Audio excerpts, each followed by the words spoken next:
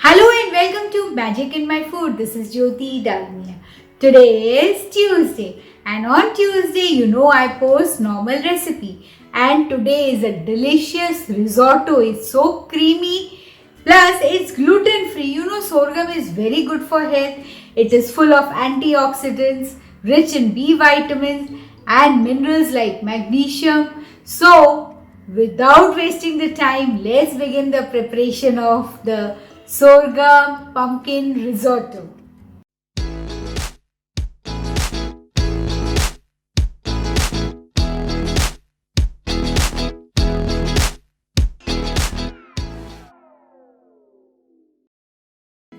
So for this delicious sorghum risotto, I am going to take a pressure pan, add overnight soaked sorghum into it, and I am going to add some water. And here goes the pumpkin. You can add any vegetable you like. I am adding pumpkin, that is a simply sliced pumpkin, and I am going to pressure cook for I am going to give at least 5 whistles and I am going to pressure cook it. So after 5 whistles, see, my seeds are melted. Let me check it out. It's perfectly, yes, it's done. So now I'm going to just take a non-stick pan, add olive oil to it. I'm going to drop some garlic into it and keep a little aside, which I'm going to put it afterward. Now here goes the finely chopped onion into it.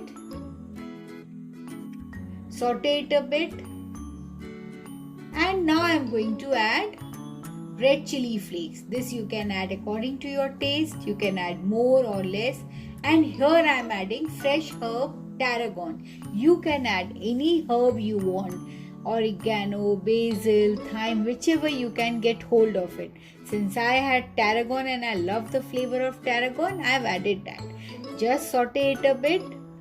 See, doesn't it look beautiful? You don't have to brown the onion, just you have to make it till transparent. And now I'm dropping the sorghum mixture into it. This is a boiled sorghum and pumpkin mixture into it. Meanwhile, I'm going to pour some water into the pressure pan so that all the remaining mixture also can be dropped into it. I'm dropping the remaining mixture, adding some salt since I didn't add the salt when I had boiled it. So I am adding it right now. And here goes the garlic. The remaining garlic also I am dropping inside it. Just stir it and let it cook. Risotto the time you give in cooking is the main part of the risotto. As it gets cooked, it becomes creamy, soft and tasty even. So just cover it up and cook it up. As it dries up, you add more water or the vegetable stock which you can get hold of it. I am going to add some vegetable stock. And if you don't have the vegetable stock, you can add normal water. Just mash it up and my risotto is almost done. And now I'm adding some cream to it to get the creaminess. Just mix it up. My risotto is almost done. And now I'm going to add another ingredient which I love is cheese. Yes, it really gives a beautiful taste to this dish. You can add any one of them. And now my risotto is done. I'm just serving it in a bowl. Beautiful creamy risotto is done. It looks so delicious. And now I'm going to sprinkle some red chili flakes over it and some tarragon leaves or a sprig of tarragon. You can simply take out the leaves and sprinkle that on top of it.